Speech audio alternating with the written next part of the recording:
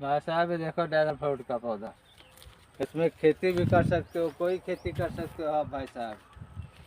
प्याज भी लगा सकते हो, धनिया भी लगा सकते हो, लहसुन भी बो सकते हो, कोई भी खेती कर सकते हो भाई साहब ये। और नई खेती है भाई साहब ये, और बढ़िया इनकम भी इसमें लगना। ये देखो भाई साहब ये कल्ला फूट गया है, अब इसमें फल भी चालू हो जाएगा देना। इससे कल्ला मजबूत होगा, इससे फल देना चालू हो जाएगा इसमें। और जैसे ये पुराना है तो पुराने में कांटे कांटे में फल देना चालू हो जाएगा।